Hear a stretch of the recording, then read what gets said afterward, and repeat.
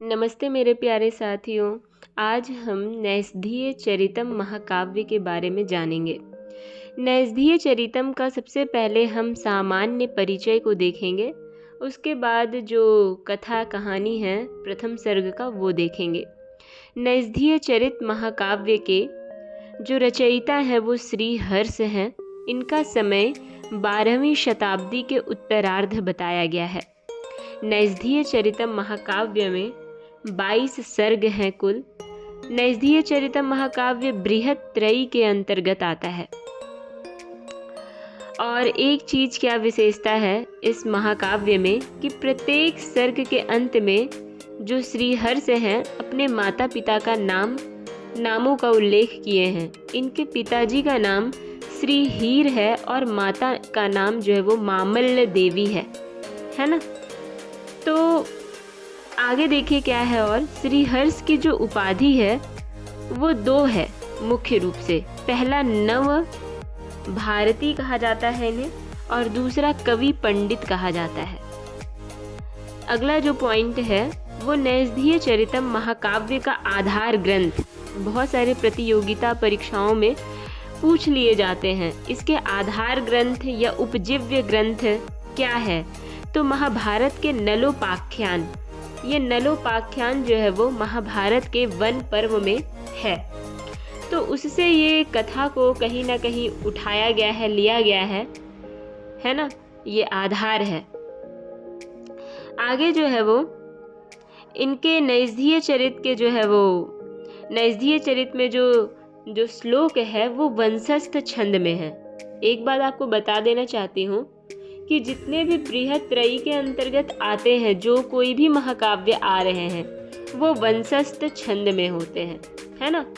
अंतिम सर्ग के जो 2 श्लोक होते हैं उसमें परिवर्तन है, लेकिन जो उससे पूर्व के श्लोक हैं वो सारे वंशस्थ छंद में हैं।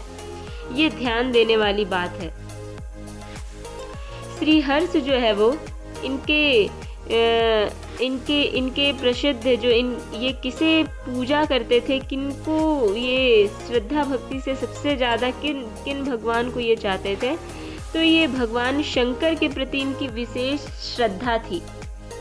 और श्रीहर्ष का एक अन्य रचना भी बहुत प्रसिद्ध है, खंडन खंड खाद्य। इसके अतिरिक्त भी और भी रचनाएं हैं जो प्रचलित में नहीं है। मैं उसको बताना जरूरी नहीं समझ रही हूँ, है ना। तो आप बस विशेष रूप से नैषधीय चरितम और खंडन खंड खाद्य ये 2 ग्रंथ को, ये 2 रचनाएं को याद रखें आप। और एक किंवदंती के अनुसार बताया जाता है कि काव्य प्रकाशकार आचार्य मम्मट को महाकवि श्रीहर्ष का मामा बतलाया गया है।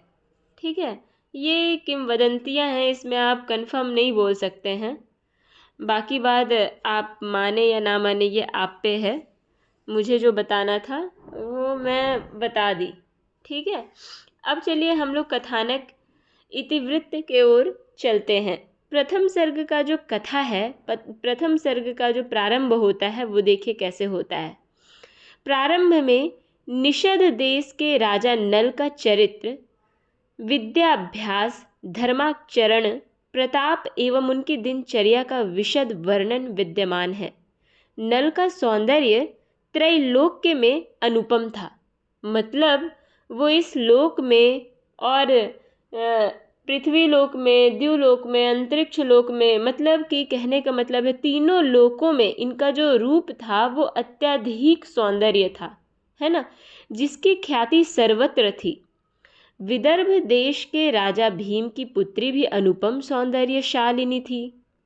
जिस प्रकार से राजा नल जो है वो त्रैलोक्य सौंदर्य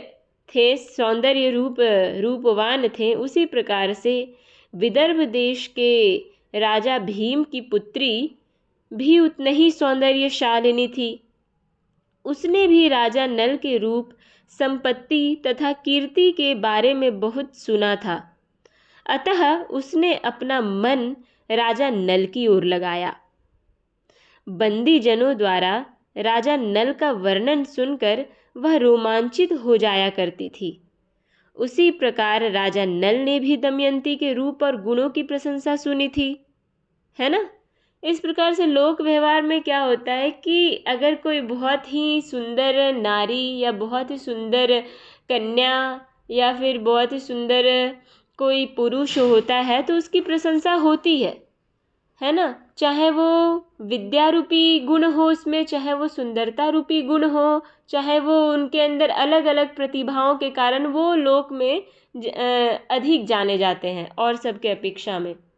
तो ये इतने सुंदर, इतने गुणवान थे ये लोग कि इन दोनों की चर्चा जो है वो होते ही रहती थी आसपास में। तो ये दोनों ही एक दूसरे का चर्चा बहुत ही अच्छे तरीके से सुने हुए थे। कामदेव ने राजा नल के धैर्य को नष्ट कर दिया, किंतु कामार्त होने पर भी राजा नल ने राजा भीम से दमयंती की याचना नहीं की। विवश होकर शांति प्राप्त करने की इच्छा से वे उपवन को चले गए। उस उपवन में एक सरोवर के किनारे सूरत क्लांत एक ही चरण पर स्थित विश्राम करते हुए एक स्वर्णिम हंस को उन्होंने देखा।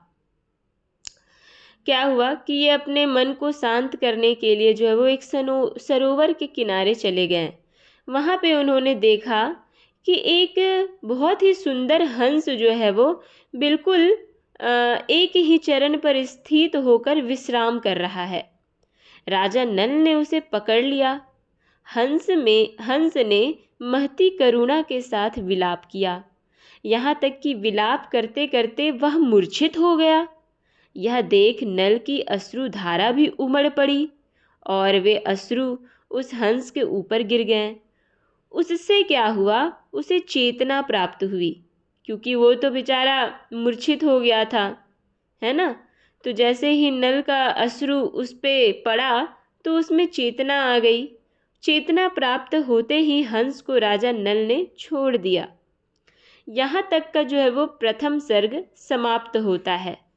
अगला सर्ग हम अगला वीडियो में देखेंगे, क्योंकि बहुत अधिक लंबा हो जाता है वीडियो तो लोग देखते ही नहीं, क्योंकि मनुष्यों में धैर्य ख़त्म हो गई है आजकल, है ना। तो मैं बहुत अधिक वीडियो को मैं अधिक लंबा ना करूँगी। इसके बाद के वीडियो में मैं कोशिश करूँगी कि सारे सर्गों को एक साथ वर्णन करूँ। तब तक के लिए आप इसे सुनते रहें। नमस्ते, धन्यवाद।